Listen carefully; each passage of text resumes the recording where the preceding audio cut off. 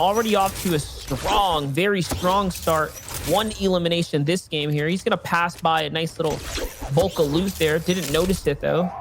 He's continuing to cut across. And this is a great rotate around his backside. Love that he's using the builds that were already there, giving him a little extra layer of protection.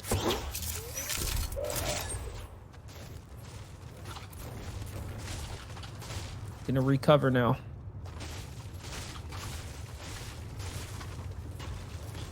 And we did get that update that I was asking for. Clix is on the north side of this. Same with Macwood, who just picks up an elim on that fishy player right in front of us.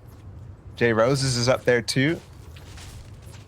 Lazar P, and I'm going to guess there's a fight actually breaking out with Clix. There's a stink bomb over there. I think Clix might be the aggressor actually, because he continues to change layers after the other player changes layers.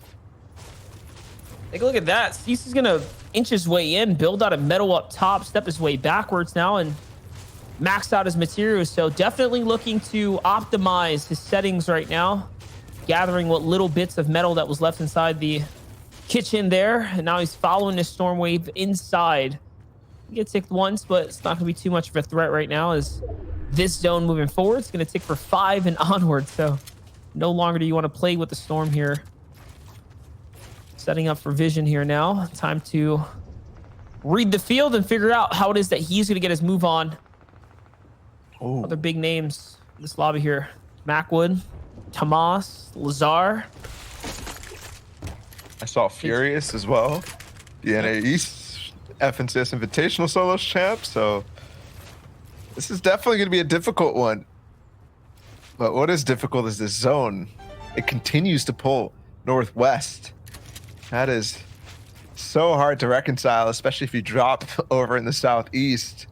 Cease, though, staying very late. He has all the tools he needs to rotate on the backside of players and get in very quickly with the grappler. So he spends the time on the backside to farm up a little bit more, just like you pointed out, and then goes in. Frisk still there right in front of him, so he's got to be careful. Definitely a lot of people will beam him if the opportunity presents itself. All he's looking for is those super low glides in. So he doesn't open up his lines of sight for too much. And no, the mistake there. Oh my gosh, so close. A mistimed build in the wall, because you can't build next to the house, the roof there. And now, is this late? I'm assuming it's going to be able to pick up all the goods here. The harpoon going to be able to pull that right in towards him. What a huge come up. Cease was basically a big delivery. He had a good game in front of him. So unfortunate, but that's the way the cookie crumbles sometimes. Macwood picks up big 60 as well. That's, I think, 3 elims on the rotation for, or through this mid game for Macwood. I don't think necessarily any box fights that he's engaged in, so not really taking any risk to find them, but hey, I'll take it. Clix is right next to him though. Crisis is on height. And we're looking at a zone right now where the congestion is all along the coast, while a couple of people will be on that island in the northwest. I'm wondering if they're actually going to be able to make it out of this one if the zone pulls down south. This reminds me of that Twitter video I saw that one day where there was like a team of 2 or 3 on one side and the entire lobby was stacked up on the other coast, just like this. And the zone pulls across. This is the nightmare for the squad across on the little island. They're now essentially evicted off the landscape. They're going to have to make a big move. Clix, though, playing with the borderline, really playing a wide catacomb here, making a 3x1 base, give himself some room to work with. I really like this, actually.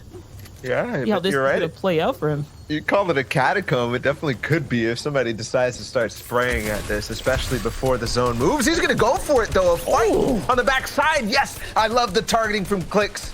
The targeting first on the player was Thomas was going in on, and he knew the damage wasn't done, and then switching on to onto Thomas. Gets that one and gets Macwood. That's 2. Clix has got it. He pounces on the opportunity, potentially more. And those are 2 big names. Thomas and Macwood, 2 of the better players in the lobby that Clix has just taken out. Absolutely huge. Someone's in trouble right now is Try with no HP and more importantly, no ammunition other than the charge here. He's looking to take this fight. This is a crucial one for both sides. Timbers is going to turn his back though and eat one. And now he's out of the game. This is someone who's got to make a dangerous rotate. He's off to a great start. Let's talk about that. 72 points this early in the competition. He's very much up there, the pack of wolves right now. Once again, what's on the line right now is to get that top 100, make it through to grand finals, and secure the bag for the weekend.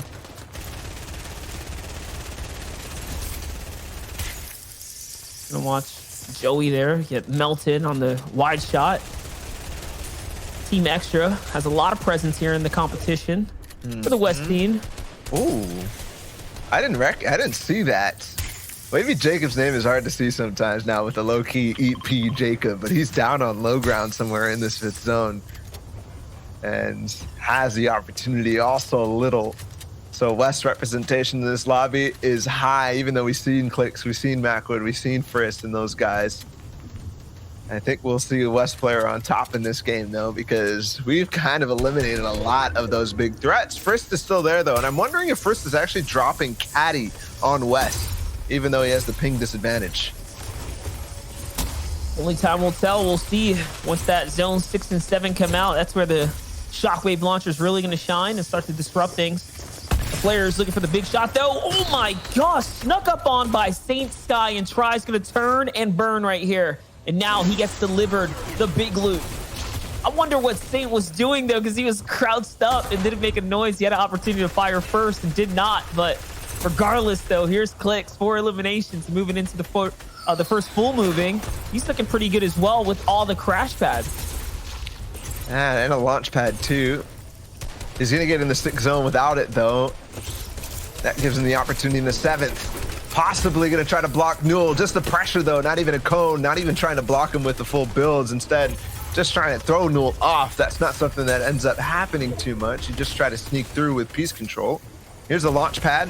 It's going to be in the water though, so this decision might be difficult to reconcile unless he can land on somebody's base on the edge.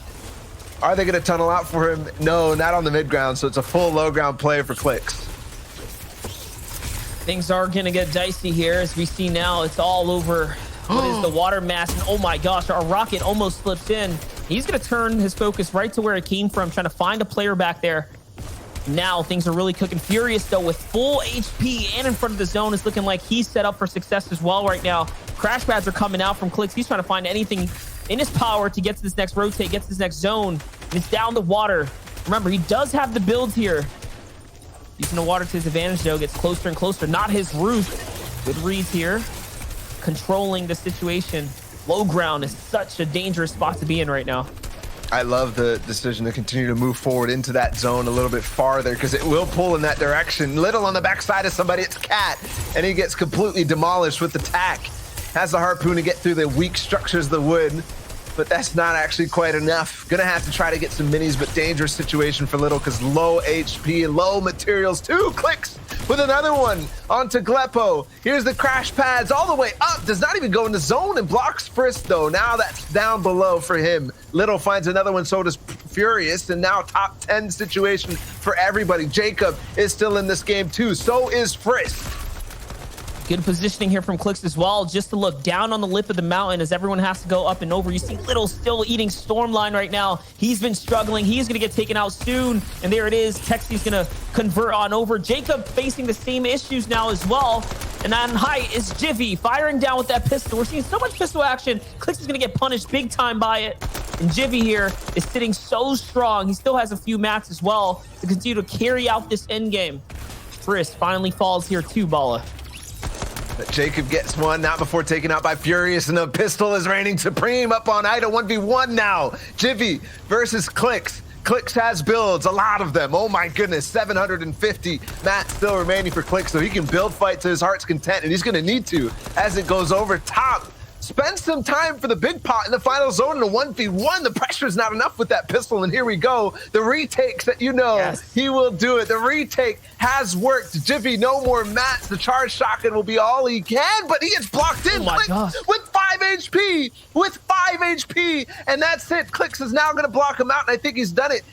there's no chance for Jivy. 5 HP, he takes the risk and it pays off. The pistol will not be enough, and he will take the game with 7 eliminations. The irony right there, but all right, ladies and gentlemen, we'll be back to break down the action in just a bit.